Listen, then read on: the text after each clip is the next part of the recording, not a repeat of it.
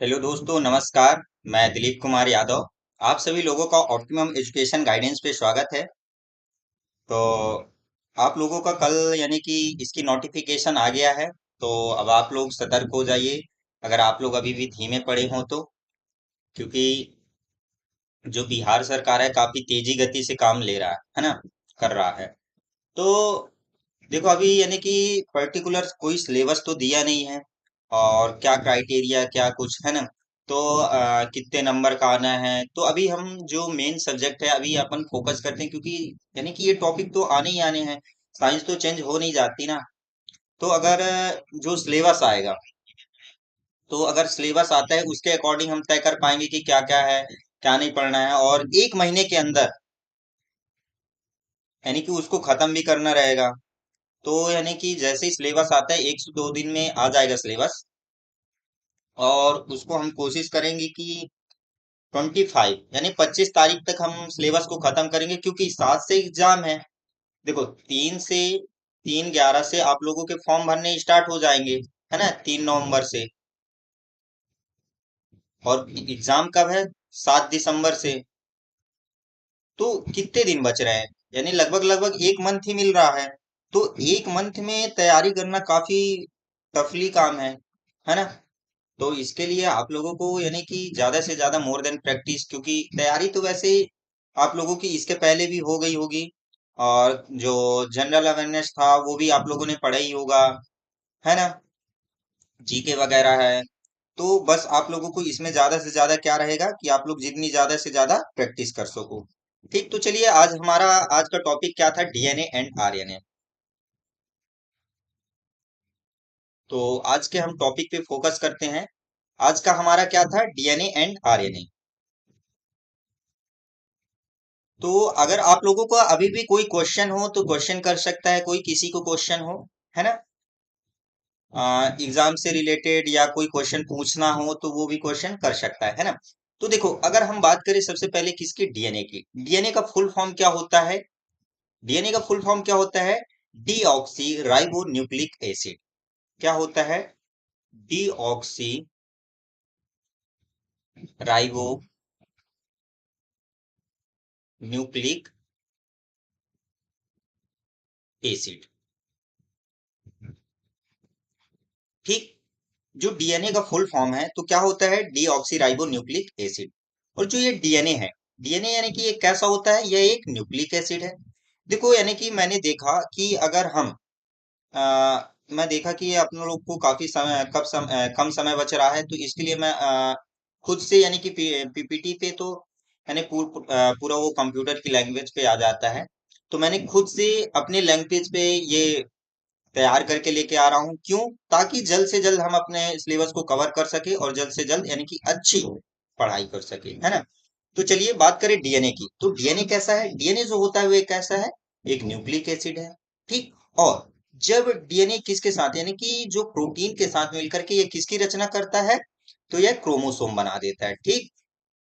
तो जो डीएनए होता है वह प्रोटीन के साथ मिलकर के क्रोमोसोम की रचना करता है। और ये डीएनए पाया कहाँ जाता है? तो यह केंद्रक में पाया जाता है। ठीक, कोशिका के केंद्रक में पाया जाता है। लेकिन देखो, अगर साइंस है तो उसमें तो कुछ एक्सेप्शन होंगे ही, है ना। तो यह केंद्रक के अतिरिक्त, केंद्रक के अलावा ये कहाँ पाया जाता है? तो माइटोकॉन्ड्रिया में पाया जाता है और क्लोरोप्लास्ट में पाया जाता है। तो कभी क्वेश्चन आप लोगों ने पढ़ा हो या क्वेश्चन एक बना करता है कि केंद्रक के अतिरिक्त जो जेनेटिक मटेरियल है या डीएनए का है तो वह कहाँ पाया जाता है? तो कहाँ पाया जाता है? तो वह माइटोकॉन्ड्रिया में और क्लोरोप्लास्ट में पाया जाता है। ठीक। तो ये पॉइंट को ज्यादातर आप लोग याद रखिएगा। ठीक। तो डीएनए जो है वह मेनली रूप से कहाँ पाया जाता है? मुख्य रूप से वह केंद्रक में धागे के रूप में फैला रहता है। ठीक। और उसके अतिरिक्त अगर बात करें हम तो वह इसके अलावा कहाँ पाया जाता है? तो वह माइटोकॉन्ड्रिया में और क्लोरोप्लास्ट में पाया जाता है। और जो यह डीएनए होता है यह कैसा है? यह एक आनुवांशिक पदार्थ होता है, जेनेटिक मटेरियल है। जेनेटिक मटेरियल मतलब कि जो यानी कि जो है हमारे पेरेंट्स में जो उसके लक्षण है, गुण है, तो वह क्या करता है, पीढ़ी दर पीढ़ी उसका संचरण करता है, मतलब अनुवांशिक पदार्थ होता है। यानी कि जो पैतृक के लक्षण हैं, गुण हैं, उनको क्या करता है, यानी संतानों में पहुंचाने का काम करता है। कौन? डीएनए। और अगर हम बात करें कि जो यूकैरियोटिक सेल्स होती हैं, तो यूकैरियोटिक सेल्स में जो डीएनए होता है वह कैसा होता है? लंबा होता है, अनब्रांच्ड होता है मतलब अशाखित होता है, तथा स्पाइरल मतलब सर्पिलाकार में पाया जाता है। लेकिन अगर हम प्रोकैरियोटिक कोशिकाओं की बात करें या माइटोकॉन्ड्रिया की तथा क्लोरोप्लास्ट में, तो वहां जो डीएनए होता है वह कैसा होता है? तो वहां जो डीएनए होता है वह कैसा होता है? सर्कुलर होता है, वृत्ताकार होता है। ठीक। तो ये डिफरेंस याद रखना कि जो यूकैरियोटिक सेल्स हैं, तो यूकैरियोटिक सेल्स में जो डीएनए होता है वह कैसा होता है? लंबा होता है, अशाखित होता है तथा सर्पिलाकार होता है। और अगर हम प्रोकैरियोटिक सेल्स की बात करें, तो प्रोकैरियोटिक सेल्स हो गया, माइटोकॉन्ड्रिया हो गया और क्लोरोप्लास्ट, तो इनमें जो डीएनए होता है वह कैसा होता है? सर्कुलर होता है, वृत्ताकार होता है। ठीक।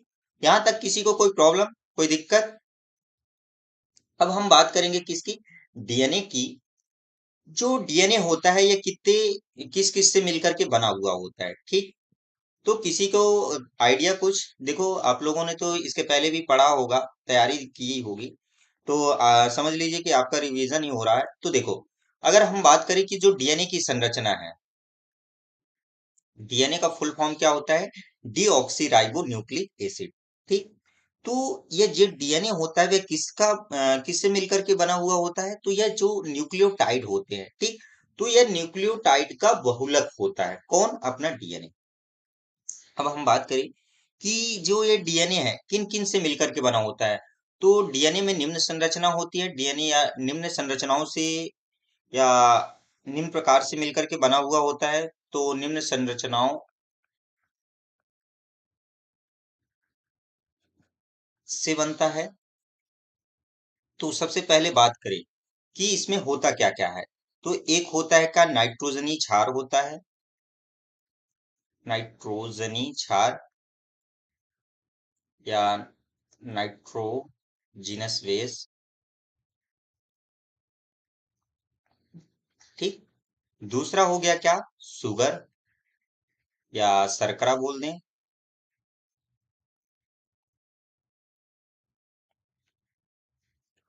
और तीसरा क्या होता है? इसमें फास्फोरिक अम्ल होता है। ठीक। फास्फोरिक अम्ल,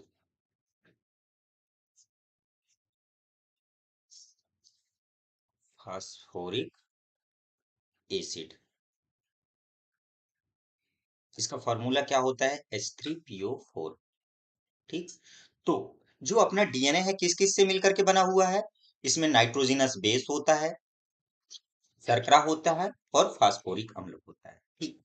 अब जो ये नाइट्रोजनी क्षार होता है, ठीक, बात करें हम किसकी? जो नाइट्रोजनी बेस, तो इसमें जो नाइट्रोजनी बेस कौन कौन से होते हैं? ठीक। किसी को कुछ आइडिया, किसी को मालूम है कि जो नाइट्रोजनी बेस होते हैं वह कौन कौन से होते हैं? कौन कौन से होते हैं? अगर हम नाइट्रोजन बेस, नाइट्रोजन क्षार की बात करें, नाइट्रोजन क्षार, तो इसमें टू टाइप से होते हैं। एक हो गया क्या? प्यूरिन। और दूसरी होती है क्या? पिरिमिडिन।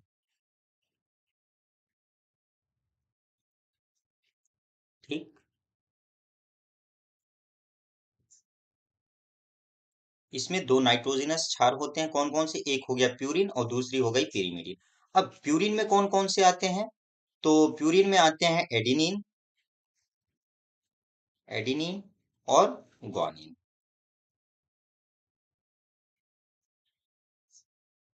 तो प्यूरिन में आता है कौन कौन से? एडिनिन और ग्वानिन। और पिरिमिडिन में आता है कौन? साइटोसिन, साइटोसिन और थाइमिन।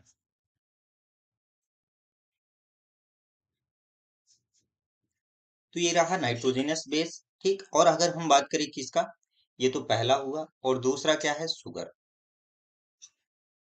या शर्करा। ठीक। तो शर्करा में कौन सी शुगर पाई जाती है? तो इसमें पेंटोज शुगर पाई जाती है। पेंटोज शुगर, पेंटोज शुगर, ठीक। और जो इसमें फास्फोरिक अम्ल होता है, तीसरा क्या है, फास्फोरिक अम्ल H3PO4 होता है। अब अगर हम बात करें इसके स्ट्रक्चर की, ठीक, कि जो डीएनए का स्ट्रक्चर है, तो डीएनए का स्ट्रक्चर किसने दिया था?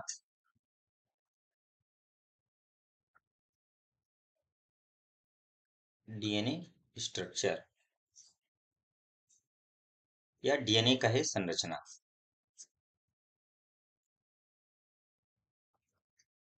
तो जो डीएनए की संरचना है वह किसने दिया था? तो देखो, इसके लिए दो साइंटिस्ट थे। कौन कौन से? एक था जेम्स वाटसन और दूसरे थे फ्रांसिस क्रिक। तो इन्होंने कौन कौन से? एक जेम्स वाटसन एवं फ्रांसिस या फ्रांसिस, कौन थे? Francis Crick. इन्होंने कब दिया था? तो इन्होंने 1955 में दिया था, ठीक। 1955 में दिया था, सॉरी 1955 नहीं, 1953 है, हाँ।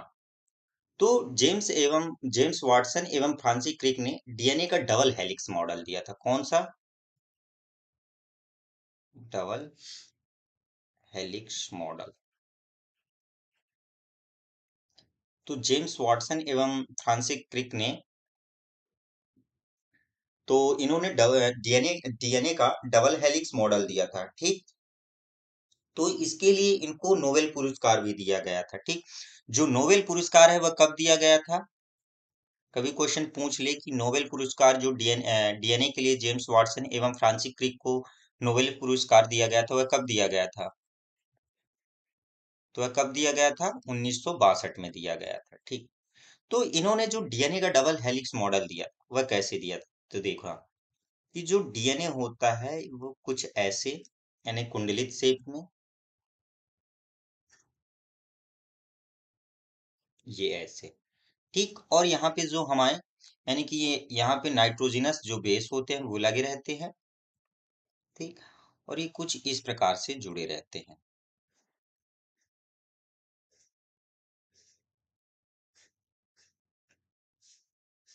ठीक।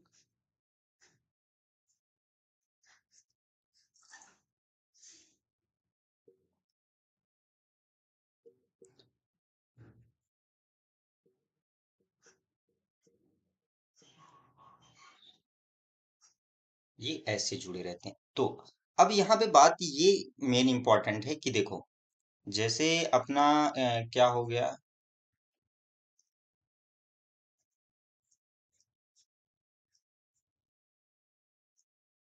ये हो गया एडिनिन। तो एडिनिन के साथ कौन जुड़ता है? तो एडिनिन के साथ जुड़ता है क्या? थाइमिन। और अब इसमें कितने हाइड्रोजन बॉन्ड से जुड़ता है? तो यह जुड़ता है दो हाइड्रोजन बॉन्ड से, ठीक। तो जो एडिनिन होता है, तो हमेशा एडिनिन के साथ थाइमिन ही जुड़ेगा और गुआनिन के साथ हमेशा साइटोसिन ही जुड़ेगा, ठीक। अब ये हुआ क्या? एडिनिन से और इनमें कितने बॉन्ड होते हैं? तो एडिनिन और थाइमिन जब जुड़ते हैं तो इसमें हाइड्रोजन के दो बॉन्ड होते हैं, और यहां से कौन जुड़ गया? एक पेंटोज शुगर जुड़ गई। क्या इसको अपन ऐसे बोल रहे हैं, है ना?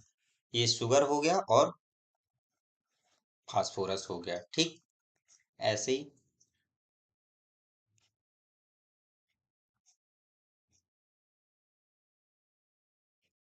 ठीक, ये शुगर हो गया। अब यहाँ पे क्या रहेगा?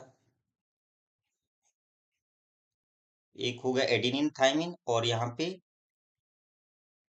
साइटोसिन और ओ,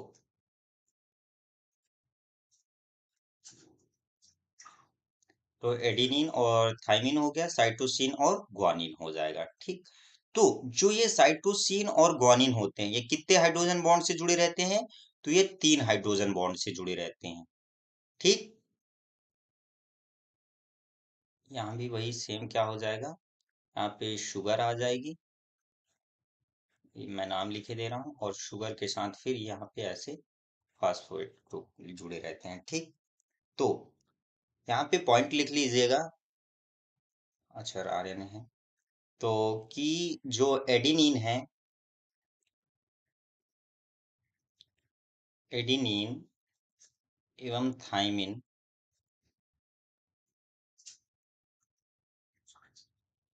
परस्पर हाइड्रोजन के कितने अणु से, दो या दो बॉन्ड से जुड़ते हैं। ठीक, दो बॉन्ड से जुड़ते हैं। और जो साइटोसिन और ग्वानिन होती है, साइटोसिन एवं ग्वानिन, ये परस्पर तीन हाइड्रोजन बॉन्ड से जुड़े रहते हैं। ये परस्पर तीन हाइड्रोजन बॉन्ड से जुड़ते हैं। तो ये रहा डीएनए। तो यहां तक आप लोग को समझ में आया सभी को? ठीक, और ये याद रखना कि एडेनिन के साथ हमेशा कौन जुड़ेगा, थाइमिन, और साइटोसिन के साथ हमेशा कौन जुड़ेगा, ग्वानिन जुड़ेगा। ठीक, और अगर अब अगला बात करेंगे किसकी, हम आरएनए की। तो आरएनए, जो आरएनए होता है ये कोशिका द्रव्य में यानी कि साइटोप्लाज्म में बिखरा हुआ पाया जाता है, और ये कैसा होता है, सिंगल स्टैंडर्ड होता है। ठीक, एकल कुंडलित होता है, सिंगल स्टैंडर्ड। और आरएनए का फुल फॉर्म क्या है, ribo nucleic acid, ribo nucleic acid. ठीक, तो यहां तक आप लोग को समझ में आया? कोई दिक्कत किसी को? किसी का कोई क्वेश्चन है तो क्वेश्चन भी पूछ सकता है। ठीक, समझ में आ रहा है आप लोग को? वॉइस क्लियर आ रही है? एक बार बता दीजिए, क्योंकि परसों के क्लास में वॉइस क्लियर नहीं आई थी। तो अभी भी बता दीजिए, मैं ही चेक किए ले रहा हूँ, एक बार रुक जाओ। और अगर अब अगला बात करेंगे किसकी, हम आरएनए। चलो, वॉइस तो क्लियर आ रही है ना? तो देखो, जो आरएनए है, आरएनए जो होता है वह कैसा होता है, सिंगल स्टैंडर्ड होता है, और ये साइटोप्लाज्म में यानी कि बिखरा हुआ पड़ा रहता है। ठीक, जो आरएनए होता है ये साइटोप्लाज्म में बिखरा हुआ पड़ा रहता है, और कैसा होता है, सिंगल स्टैंडर्ड होता है। और जो आरएनए होता है, आरएनए प्रोटीन निर्माण की प्रक्रिया में, जब यानी कि प्रोटीन का निर्माण होता है तो उसकी प्रोसेस में ये भाग लेता है। कौन, आरएनए। और जो आरएनए होता है वह कैसा होता है, गैर अनुवांशिक पदार्थ होता है, मतलब कि यह जेनेटिक मटेरियल नहीं होता। लेकिन देखो, अगर हम साइंस पढ़ रहे हैं तो उसमें एक्सेप्शन तो होंगे ही होंगे। तो जो देखो, ये जो आरएनए होता है ये गैर अनुवांशिक पदार्थ तो है, नॉन हेरिडेटरी मटेरियल तो है, लेकिन कुछ वायरस होते हैं जिनमें ये किसकी तरह काम करता है, अनुवांशिक पदार्थ की तरह काम करता है, जेनेटिक मटेरियल की तरह काम करता है। एग्जाम्पल पे कौन सा है, तो कौन सा है, टीएमबी, टोबैको मोजेक वायरस, को मोजेक वायरस।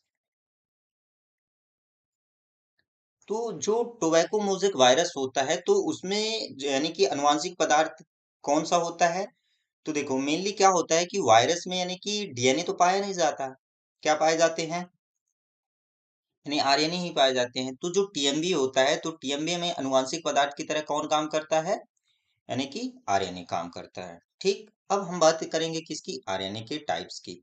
तो आरएनए तीन प्रकार से होता है, कौन कौन से, एक हो गया मैसेंजर आरएनए, राइबोसोमल आरएनए, और ट्रांसफर आरएनए, मतलब एमआरएनए, आरआरएनए और टीआरएनए। तीन प्रकार से आरएनए होते हैं। अब समझेंगे कि मैसेंजर आरएनए क्या है, राइबोसोमल आरएनए क्या है, और ट्रांसफर आरएनए क्या है। यहाँ तक अभी आप लोग को समझ में आया? किसी का कोई क्वेश्चन, क्वेश्चन हो तो पूछ सकता है। ठीक, तो देखो, अब हम बात करेंगे किसकी, सबसे पहले मैसेंजर आरएनए की, एमआरएनए की। तो जो मैसेंजर आरएनए होता है एमआरएनए, वह क्या काम करता है? तो देखो, जो डीएनए में यानी कि जो सूचनाएं होती है ना, तो जो डीएनए में सूचनाएं अंकित होती हैं, तो उनको जहां पे प्रोटीन का संश्लेषण हो रहा हो, मतलब कि जहां पे प्रोटीन संश्लेषण हो रहा है उस साइट पे जो डीएनए की अंकित सूचनाएं हैं उनको लाने का काम करता है कौन? एमआरएनए। तो डीएनए में निहित या अंकित निहित सूचनाओं को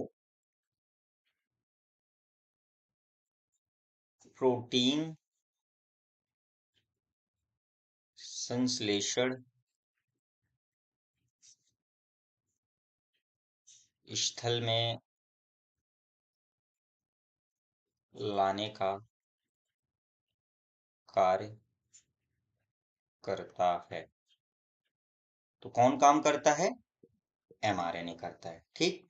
और अगली बात करेंगे हम किसकी? आरएनए की। तो जो आरआरएनए होता है, तो जो अगर कोई एक कोशिका है, ठीक, तो उसमें आरएनए उपस्थित है। तो अगर हम बात करें कि जो कोशिका है, तो संपूर्ण कोशिका में लगभग 80% किस आरएनए का भाग होता है? तो लगभग, यानी कि संपूर्ण कोशिका में लगभग 80% भाग आरएनए का होता है। तो मतलब अगर हम कभी क्वेश्चन पूछ ले कि सबसे बड़ा आरएनए कौन सा होता है, तो सबसे बड़ा आरएनए कौन सा होता है? तो आरआरएनए। क्यों? क्योंकि यानी कि ये संपूर्ण जो हमारी कोशिका है, एक छोटी सी कोशिका है, तो उसका लगभग कितने परसेंट भाग घेरता है या कितने परसेंट उसमें रहता है? तो 80%, ठीक। तो आरएनए यह कोशिका में 80%, 80% आरएनए का भाग होता है। आरएनए का भाग होता है, ठीक।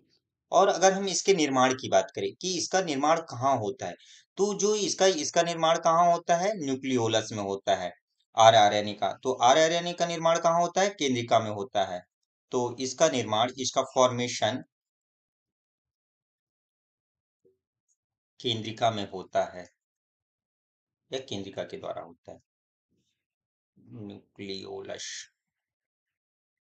में होता है,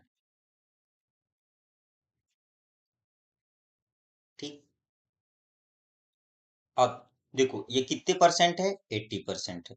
तो जो आरएनए है, तो आरएनए का, अब इसका आरएनए का काम क्या होता है कि जो हमारा पूरा आरएनए है, तो आरएनए की यानी कि एक संरचना होगी, तो जो आरएनए की संरचना का संगठन करने में कौन हेल्प करता है? तो आरआरएनए ही करता है, ठीक।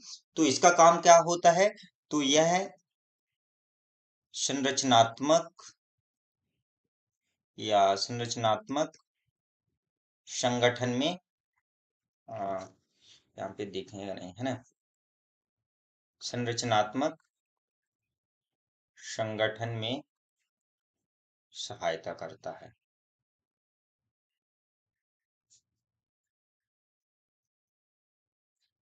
कौन? आरआरएनए। अब बात करेंगे हम किसकी? टीआरएनए की। तो जो ये टीआरएनए होता है, यह सबसे छोटा आरएनए है। देखो अभी लेटेस्ट में ही एक अभी कोई एग्जाम हुआ था टीचिंग में ही, मुझे याद नहीं कि एमपी में हुआ था या बिहार में, उसमें पूछा गया था कि सबसे छोटा आरएनए कौन सा होता है। तो कौन सा होता है सबसे छोटा आरएनए? तो यह सभी आरएनए में सबसे छोटा आरएनए कौन सा होता है? टीआरएनए होता है। यह सभी आरएनए में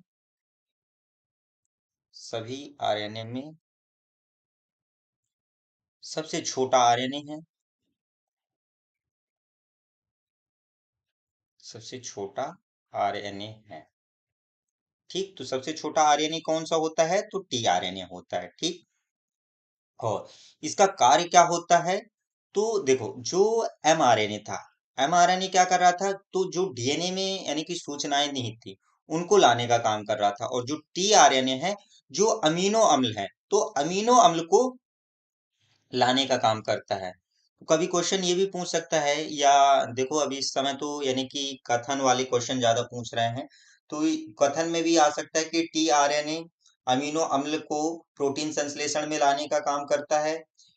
ये सही है या नहीं? और अगला ये भी पूछ सकता है, तो एमआरएनए यानी कि वो किसका? डीएनए में निहित सूचनाओं को प्रोटीन संश्लेषण पे लाने का काम करता है। तो यहाँ पे आप लोग कंफ्यूजन नहीं होइएगा, ठीक ना। तो जो टीआरएनए होता है वह किसका काम करता है? तो यह है अमीनो अमीनो अम्ल को प्रोटीन संश्लेषण में प्रोटीन संश्लेषण में यानी कि प्रोटीन संश्लेषण में नहीं, प्रोटीन संश्लेषण के स्थान पर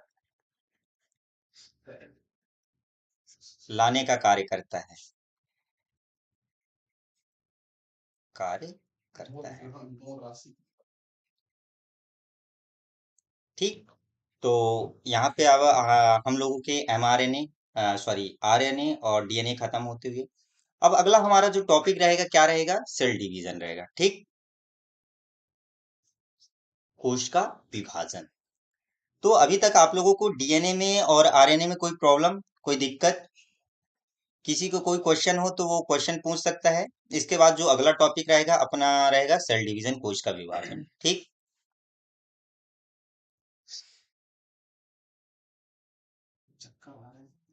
किसी के कोई क्वेश्चन हो तो पूछ सकता है।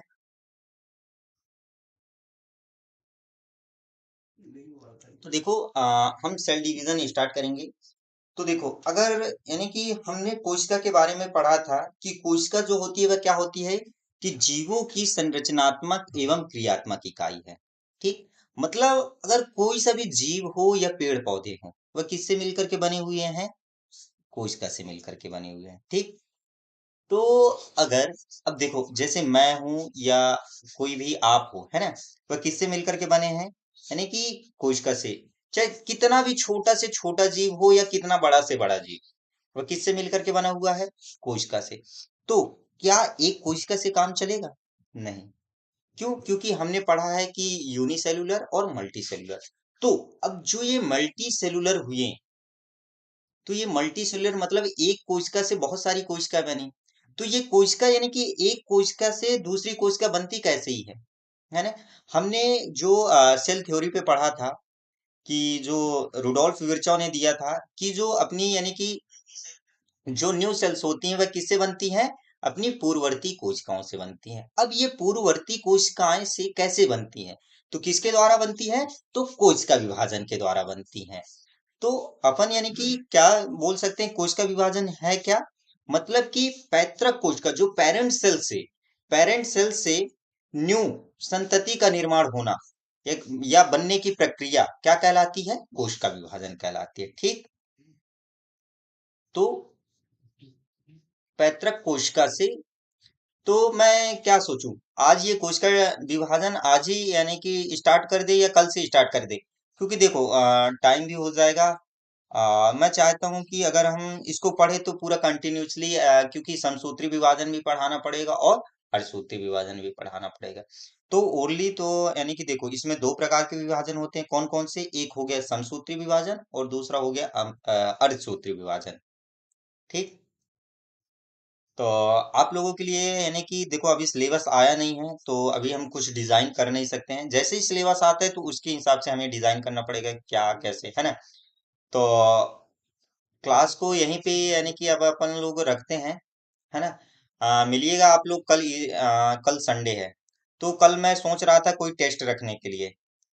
आप लोग कमेंट करके बता दीजिएगा कि टेस्ट रखा जाए या नहीं रखा जाए। ठीक। तो चलिए मिलते हैं कल अगली यानी कि इसी टाइम पे। जय हिंद, जय भारत, धन्यवाद।